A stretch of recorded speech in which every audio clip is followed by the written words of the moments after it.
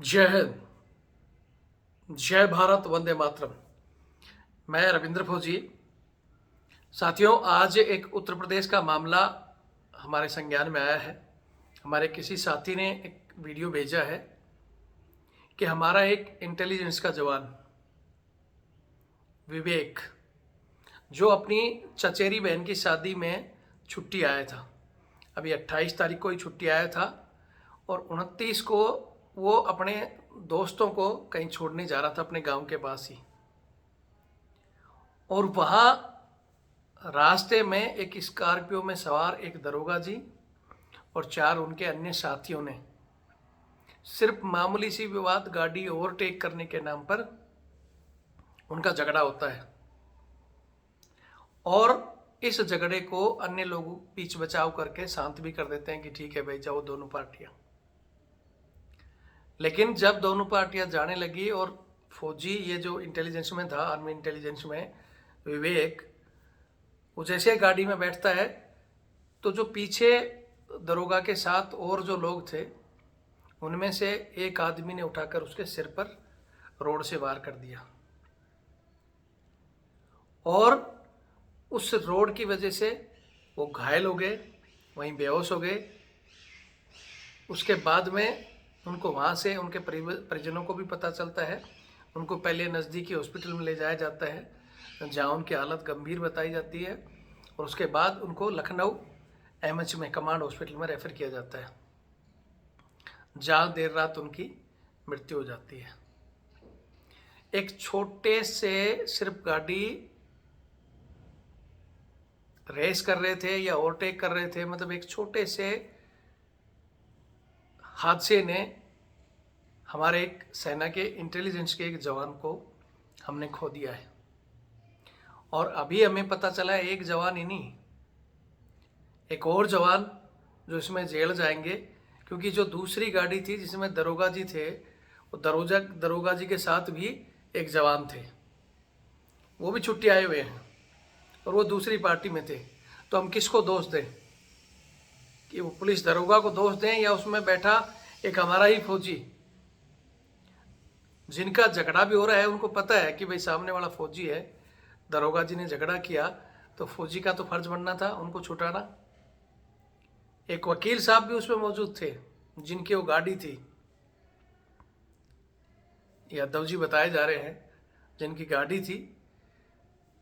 एक पांडे जी हैं जो दरोगा जी थे और 2 अन्य लोग। क्या इंसानियत बिल्कुल मरी हुई है कि किसी ने भी उनको मतलब दूर करने की बजाय रोड मार दी? अब इनमें से किसने मारा है दूसरों को तो पता नहीं, लेकिन हमारा एक खुद फौजी बैठा था और उसको पता है सामने अपना फौजी भाई है, तो उसको छुड़ाना चाहिए था। लेकिन इन्होंने अभी जो सामने घटना आ रही है उसमें बताया एक ने रोड मारी है। कुछ लोगों का कहना है कि 5 ने मिलकर उसको मारा है। हालांकि वो पुलिस की गिरफ्त में है, 5 के 5 अरेस्ट हो चुके हैं। अब आगे कोर्ट उनको क्या पनिशमेंट देता है और इनका भविष्य क्या होगा ये तो कोर्ट जाने।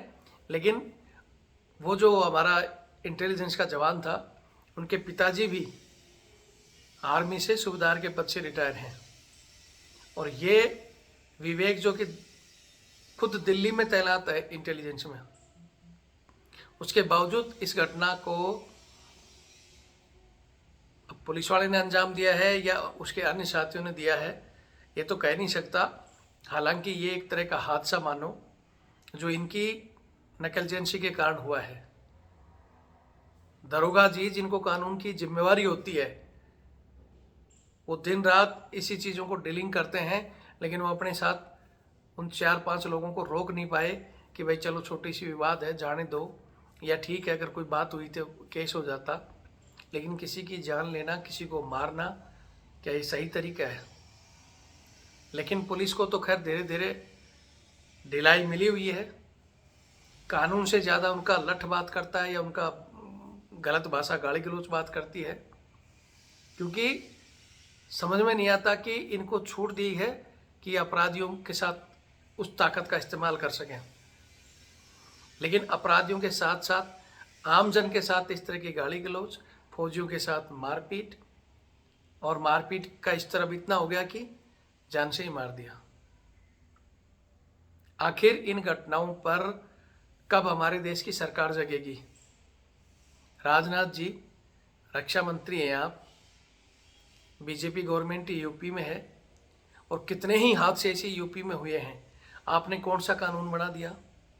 सिर्फ अखबारों की हेडलाइन जरूर बनती है कि अब उत्तर प्रदेश में कानून बन गया है, अब फौजियों के साथ और उनके परिवारों के साथ इस तरह की घटना नहीं होंगी, लेकिन फिर कुछ दिन बीतने के बाद इसी तरह का केस होता है। उसका कारण क्या है कि फौजियों के साथ इस तरह मारपीट या इस तरह गाली गलौज करने वाले के बाद में पुलिस को मामूली से सस्पेंड किया जाता है या लाइन हाजिर किया जाता है, और दूसरे रास्ते से उनको फिर किसी दूसरे थाने में ट्रांसफ़र कर दिया जाता है।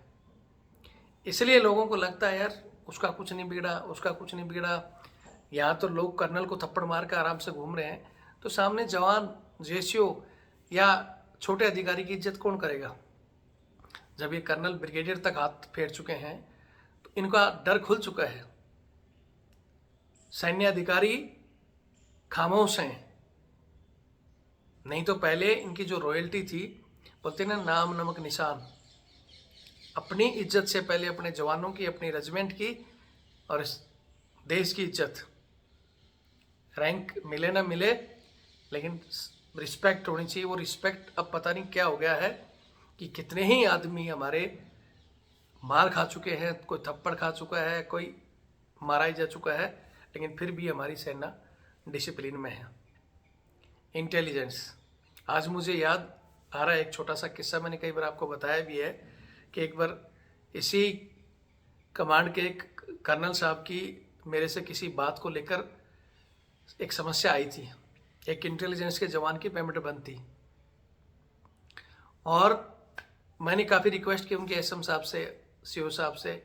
तो एसएम साहब तो बोला कि हम क्या करें, हमारे बॉस नहीं मान रहे कि हम इनकी पेमेंट को, बॉस के हाथ में है। और जब मैंने बात की तो बॉस जो कि उनके अधिकारी थे, कर्नल साहब, वो बोलते थे कि मैं इंटेलिजेंस का वो हूँ, मेरी पावर का आपको पता नहीं है।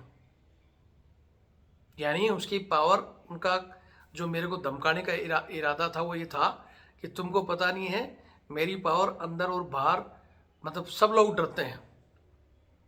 आज क्या हुआ, उसी इंटेलिजेंस का जवान एक छोटी सी बात पर मारा गया। वही इलाका, वही आपकी कमांड, कहाँ है वो ताकत, कहाँ है वो टाइगर? उन्होंने व्हाट्सएप पे भी अपने आप को टाइगर ही लिखा हुआ था। लिखने से कोई टाइगर नहीं बनता। ठीक है, लाइन हट, टाइगर हट जो बनाई जाती है ना, टाइगर का कलेजा होना चाहिए।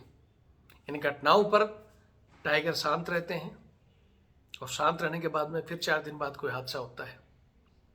हालांकि मैं फिर कह रहा हूँ, चलो ये घटना तो एक हादसा थी, और हादसा भी तभी हुई कि मारपीट शुरू हुई। अगर मारपीट नहीं होती, सामने वाले के बताने के बावजूद फिर मारपीट होना, तो ये देश का दुर्भाग्य समझो।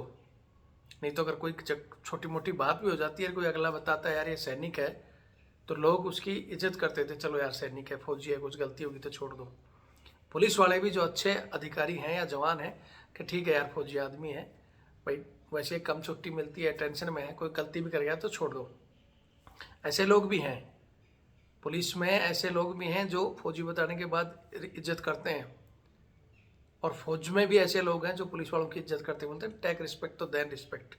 लेकिन कुछ एक लोग जो वर्दी पहनकर, जिनको सरकारी ड्यूटी से ज़्यादा 2 नंबर की मलाई खाने में मज़ा आता है, एक्स्ट्रा एनर्जी, एक्स्ट्रा पैसा आ जाता है, फिर वो पैसे की पावर और वो घमंड इस तरह हैवी हो जाता है कि उसको लगता है कि मेरे सामने फौजी है तो उसको नीचा दिखाएं, किसी और डिपार्टमेंट में उसको नीचा दिखाएं, सिविलियन को नीचा दिखाएं, तो सिर्फ अपने बगल में अपराधियों को बैठाना पसंद करते हैं और धीरे धीरे खुद उस वर्दी भेष में गुंडे बन जाते हैं।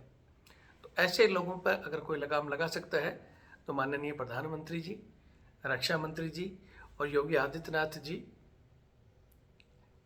एक बार मैंने पहले भी कहा था, आज भी कह रहा हूँ, अगर पुलिस पर कंट्रोल करना है या किसी भी डिपार्टमेंट के कर्मचारी पर कंट्रोल करना है तो जैसे विदेशों की तर्ज पर उनके चेस्ट पर कैमरा होना चाहिए। कैमरा लगा होगा तो साफ साफ पता चल जाएगा किसकी गलती थी, किसने क्या किया। और मैं फिर कह रहा हूँ, पुलिस का काम तो ये होना चाहिए, अगर आगे कोई अपराधी भी है, अगर कोई गलत भी कर रहा है तो उसको कंट्रोल करना, ना कि उसको मार मार कर मार ही दो या गालियाँ दो। 50% क्राइम का क्राइटेरिया ये खुद तय करते हैं, किसको बढ़ावा देना है, कहाँ चोरियाँ होनी है, सब इनको पता रहता है। तो इस पर कंट्रोल हो सकता है, इनकी चेस्ट पर कैमरा हो और उसकी जांच सुबह शाम हो, और सेना के कुछ ईमानदार अधिकारी जो समय समय पर इनके ऊपर छापे मारें। क्यों, बाकी तो सब ऊपर से नीचे तक मिले हुए हैं, वही खाना और वही पीना।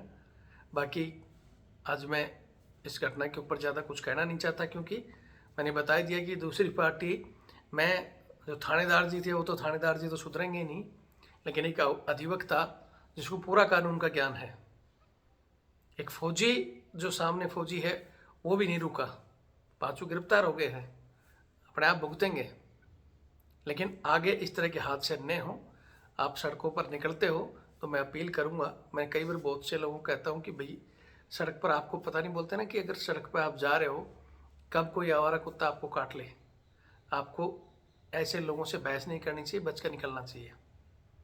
अपनी छुट्टी काटो, एंजॉय करो, कोई परेशानी होती है तो हमें भी बताओ, लेकिन ज़बरदस्ती मुसीबत मोल लो मत लो, क्योंकि ये चीज़ अब रीटेक नहीं हो सकती। लड़ाई झगड़ा होता तो हो सकता है वो जेल भी काट लेते और भी कुछ इलाज हो जाता उनका, लेकिन अब वो जो चला गया साथी वो वापस नहीं आएगा। छोटे छोटे 2 बच्चियों को, वाइफ को, अपने परिवार को छोड़कर साथ जा चुके हैं। हालांकि पुलिस ने उनको अरेस्ट कर लिया, बाकी पुलिस का इसमें कोई दोष नहीं है, लेकिन अब इनको कठोर दंड मिलना चाहिए ताकि इन घटनाओं पर रोक मिले। बाकी आप लोग अपने विचार कमेंट्स में करें, आगे जो भी घटना की जानकारी आएगी आपको दे देंगे। फिर मैं कहता हूँ कि शादियों का इनका सीज़न जो चल रहा है, थोड़ा सा सभी लोग कंट्रोल में रहें और छोटी छोटी बातों पर बहस ना करें। बाकी वीडियो देखें और शेयर करें। जय हिंद, जय भारत, वंदे मातरम।